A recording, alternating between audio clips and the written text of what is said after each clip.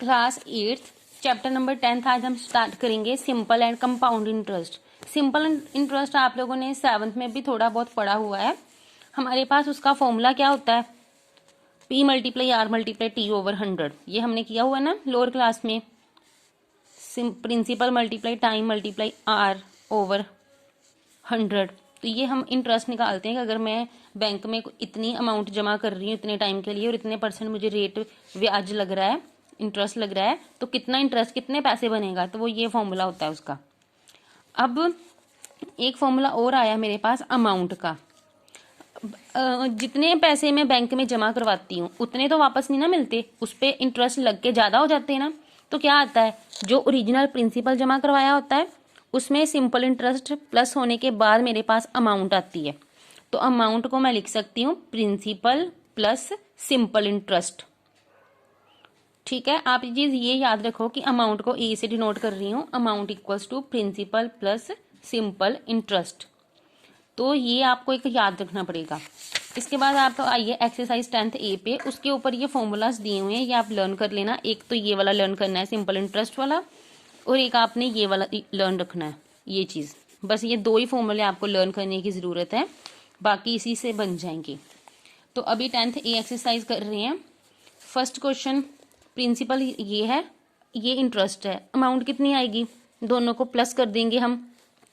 तो ये कितना बन जाएगा 0, 5 + 2 7, 5 + 2 7 और 3।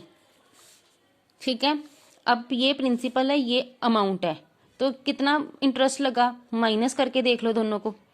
अगर मैंने बैंक में 5,000 रुपये जमा करवाए थे, लेकिन जब मैंने निकलाए तो मुझे 6,000 मिले वापस,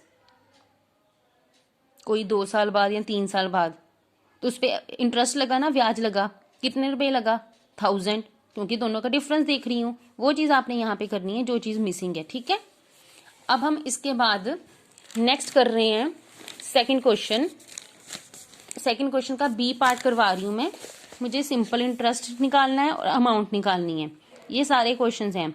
एक चीज़ याद रखना कि जब मंथ में रेट टाइम दिया होता है ना, तो हम 3/12 लिखते हैं।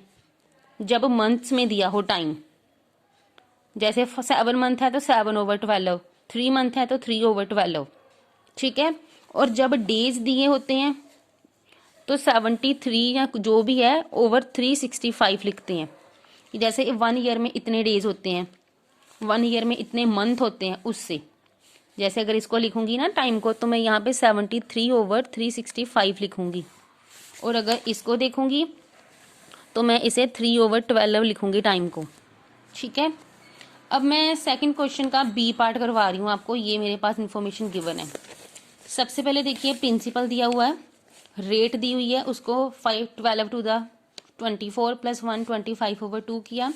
टाइम मुझे पता है 2 ईयर्स है। सिंपल इंटरेस्ट का फॉर्मूला लगाया, P multiply R multiply T over 100।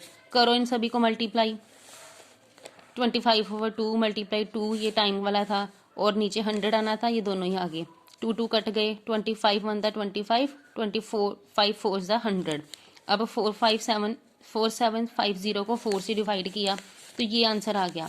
ये मेरे पास क्या आया, इंटरेस्ट, कि अगर मैं 2 साल के लिए इतने रेट पे ये इतनी अमाउंट बैंक में जमा करवा रही हूँ, तो मुझे 2 साल बाद कितनी अमाउंट वापस मिलेगी। अमाउंट कितनी आएगी, प्रिंसिपल प्लस इंटरेस्ट, तो इतने पैसे मुझे 2 ईयर्स के बाद मिलेंगे, इतना उस पर इंटरेस्ट लग जाएगा, इतना 1187। तो ये क्वेश्चन था।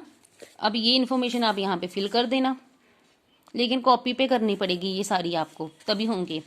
अब थर्ड क्वेश्चन देखिए, थर्ड फोर्थ एंड फिफ्थ एक ही जैसे क्वेश्चन है, एक चीज कोई ना कोई मिसिंग होगी, वो आपको निकालनी है। मैं थर्ड का आपको ए पार्ट करवा रही हूँ, बाकी आप थर्ड फोर्थ और फिफ्थ के खुद ट्राई करोगे क्वेश्चन।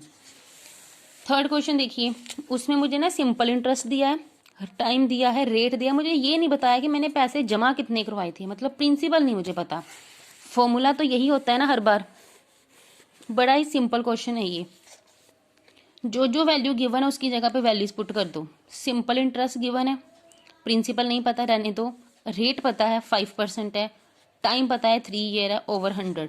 क्रॉस करो, स्टेप बाय स्टेप 1 by 1 इसको आप सॉल्व करते रहो।